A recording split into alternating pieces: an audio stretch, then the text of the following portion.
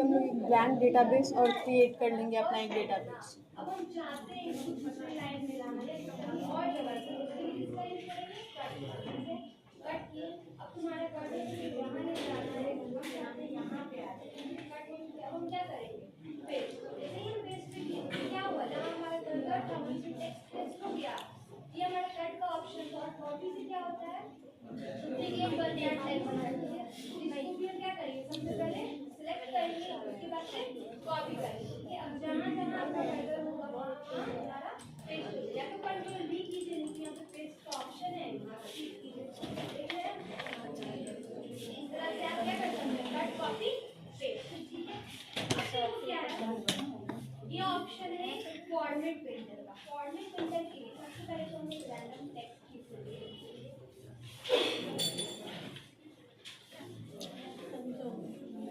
देखो डेटाबेस 15 के नाम से एक डेटाबेस क्रिएट करते हैं। अब हम इस टेक्स्ट को क्या करेंगे, कुछ इसमें फॉर्मेटिंग अप्लाई कर देते हैं। ठीक है, थोड़ा सा बोल्ड कर देते हैं, इटैलिक, अंडरलाइन, साइज को बड़ा कर देते हैं। यही ध्यान है, क्या select select any format text. हम क्या किए, पहले तो अपने टेक्स्ट में फॉर्मेटिंग अप्लाई करना है। उसके बाद से क्या करना है, होम टैब में जाना है और यहाँ पे फॉर्मेट प्रिंटर का ऑप्शन है। जैसे फॉर्मेट प्रिंटर पे क्लिक करेंगे तो देखो तो हमारा कर्सर अभी कैसे ऐसे रहेगा, जैसे पास जैसा बन गया है। अब क्या होगा, हम टेक्स्ट को सिलेक्ट करेंगे फॉर्मेट प्रिंटर पे, टेक्स्ट को सेक्शन में डबल फॉर्मेटिंग क्या होगा, अप्लाई हो जाएगा। रिकॉर्डिंग करने मोबाइल हैंग करता है। लेकिन ये है कि बार बार हमको क्या करना होता है, देखो एक टेबल आपके सामने है, हम क्या करेंगे इसका व्यू चेंज कर लेंगे और चले जाएंगे डिज़ाइन व्यू। ठीक है, जब हम लोग डिज़ाइन व्यू में जाएंगे तो यहाँ से कोई भी एक नेम डाल के यहाँ पे इसको सेव कर सकते हैं अपना टेबल। उसके बाद देखो यहाँ पे जब आप टेबल डिज़ाइन करते हैं, जब कोई भी नाम रखते हैं और उसमें कोई भी डेटा टाइप डालते हैं तो आपके सामने यहाँ पे एक नीचे एक बॉक्स खुला है जिसका नाम क्या है, फील्ड प्रॉपर्टीज। तो आज इसी में हम लोग सेटिंग करके समझेंगे कि फील्ड प्रॉपर्टीज होता क्या है। सबसे पहला जो है हम उसमें रख लेते हैं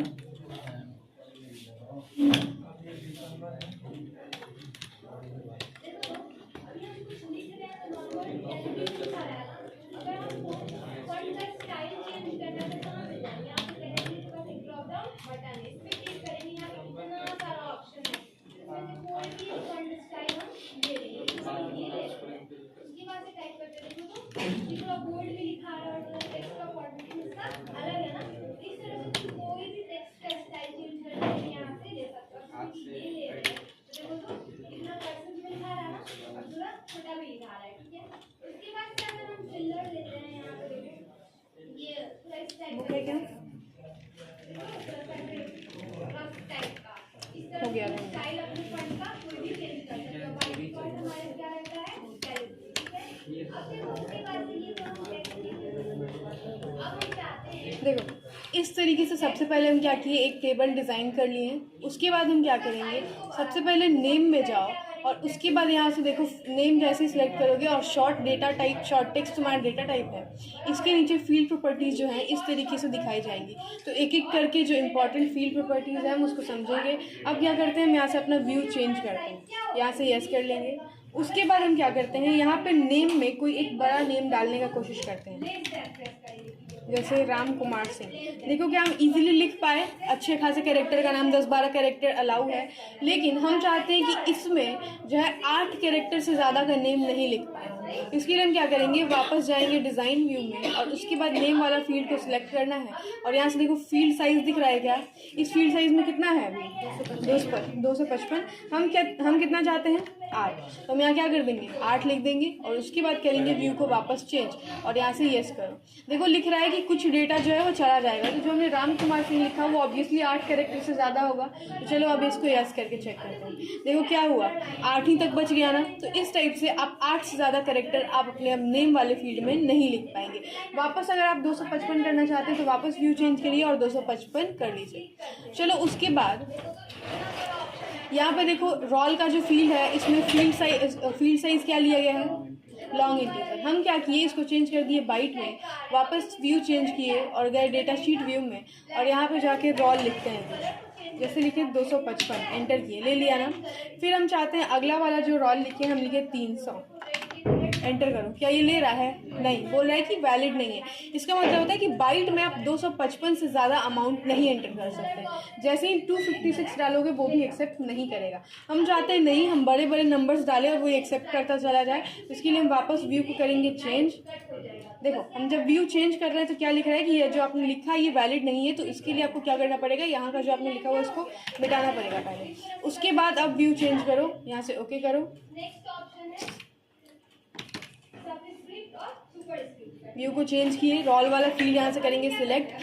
फील्ड साइज में जाना है और यहाँ से बाइट को हटा के अब हम क्या कर देंगे, लॉन्ग इंटीजर। और उसके बाद एक सेकंड, सारे ऑप्शन को अनचेक करेंगे। उसके बाद से ठीक है, देखो तो ऐसी फॉर्मूला लिखाता है क्या? ठीक है, तो क्या करेंगे, जो 2 है वो बेस लाइन से नीचे होता है। इसके लिए क्या है, यहाँ पे सबस्क्रिप्ट का ऑप्शन है। देखो यहाँ पे पिक्चर में भी बनाया है, एक्सचेंज 2 है। इस पे हम क्या करेंगे, 2 को सिलेक्ट करना है और यहाँ पे क्लिक करना है। देखो तो बेस लाइन से नीचे हो गया।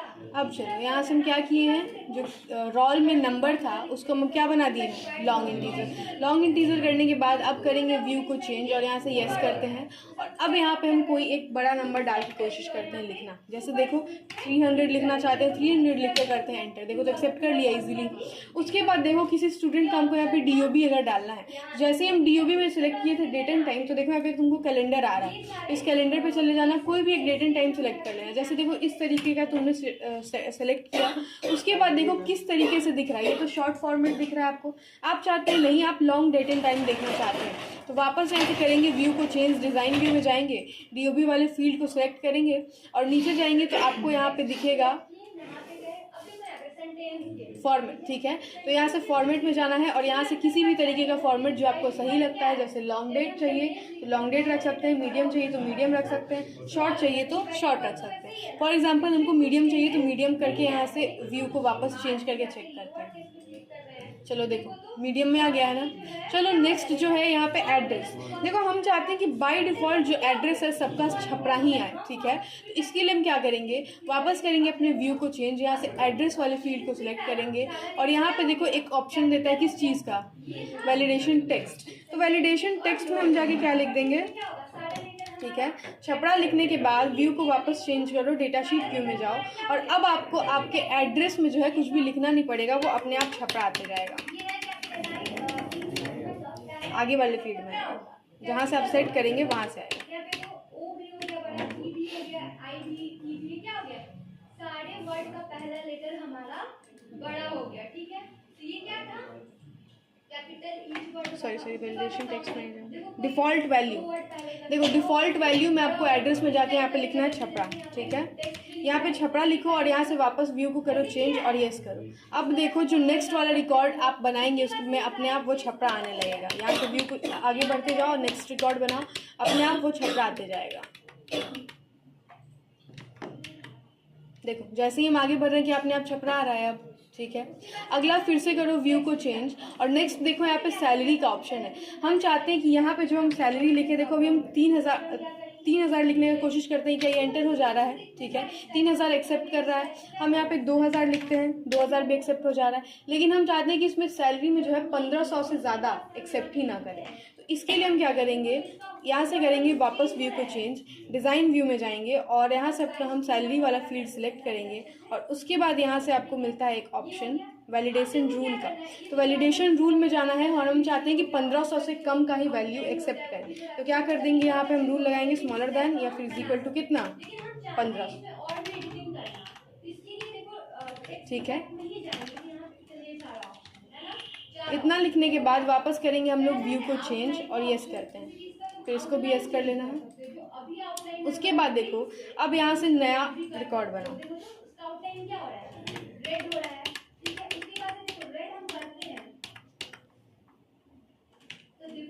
देखो 200 लिख रहे हैं, क्या है वो एक्सेप्ट कर रहा है। ठीक है, आगे बढ़ते हैं, फिर आगे जाओ और यहाँ पे अब लिखने की कोशिश करो 1600।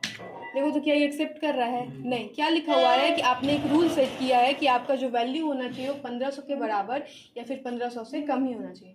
अच्छा, यहाँ पे जो टेक्स्ट आ रहा है लिखा हुआ, ये हम चाहते हैं कि ये टेक्स्ट हम खुद से सेट करें, तो इसके लिए हम यहाँ से इसको कर लेते हैं अभी ओके, और एस्केप बटन एक बार प्रेस कर लेते हैं और फिर अब करेंगे व्यू को चेंज, और यहाँ से सैलरी वाला ही सिलेक्ट रखना है। और उसके बाद देखो यहाँ पे क्या दिख रहा है, वैलिडेशन टेक्स्ट। इस वैलिडेशन टेक्स्ट में जो आप टेक्स्ट सेट करना चाहते हैं वो सेट करिए।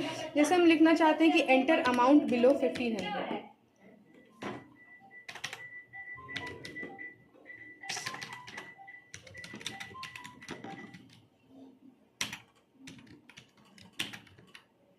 ठीक है, इतना कर लिए। ठीक है, इतना कर लिए। उसके बाद वापस व्यू को करेंगे चेंज, यहाँ से यस कर लेते हैं, और इस बार यहाँ पे नेक्स्ट अमाउंट में जाके फिर से लिखने की कोशिश करते हैं जो कि मेरा 1500 से ज़्यादा हो। ठीक है, और अब एंटर करो। अब देखो यहाँ पे जो टेक्स्ट आ रहा है कि क्या ये टेक्स्ट आपने लिखा है। ठीक है, तो इस टाइप से आप इसको सेटिंग कर सकते हैं। उसके बाद एक और चीज़, यहाँ पे देखो इस नेम वाले फील्ड का नाम क्या आ रहा है, नाम लिखा हुआ आ रहा है ना, नेम लिखा हुआ आ रहा है। हम चाहते हैं यहाँ पे स्टूडेंट नेम लिखा हुआ है, हम इसको रीनेम करना चाहते हैं। तो इसके लिए हम वापस करेंगे व्यू को चेंज और डिज़ाइन व्यू में जाएंगे और यहाँ से कर लेंगे ओके। ठीक है, व्यू को चेंज करो, यहाँ से डिज़ाइन व्यू में जाओ, और उसके बाद हम नेम वाले फील्ड को बनाना चाहते हैं स्टूडेंट नेम। तो नेम वाले फील्ड को करना है सिलेक्ट, और नीचे जाओगे यहाँ फील्ड प्रॉपर्टीज़ में, तो देखो यहाँ पे किस चीज़ का ऑप्शन दिख रहा है, कैप्शन। तो इस कैप्शन में जाके जो भी रीनेम करके लिखना है, जैसे हमको क्या लिखना है, स्टूडेंट नेम, तो वो चीज़ लिख दो और अब करो इसका व्यू चेंज। यस करो, देखो अब क्या बन गया ये स्टूडेंट नेम। उसके बाद एक और चीज़, हम देखो यहाँ पे एक नया रिकॉर्ड बनाते हैं।